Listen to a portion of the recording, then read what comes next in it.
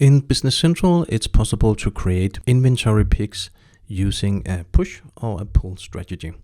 A push strategy would mean to open your document, the source document, could be a sales order, a purchase return order, a transfer order, or a service order, and then from the menu, after releasing the order document, select the functionality to create an inventory pick.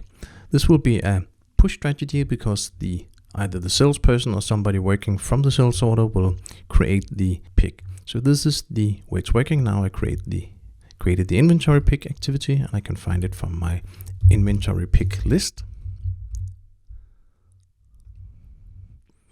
like here. So now I created my pick from the specific sales order, and in the inventory pick, I can only have one pick going to one sales order. I cannot import several sales orders to one inventory pick. That's a warehouse functionality.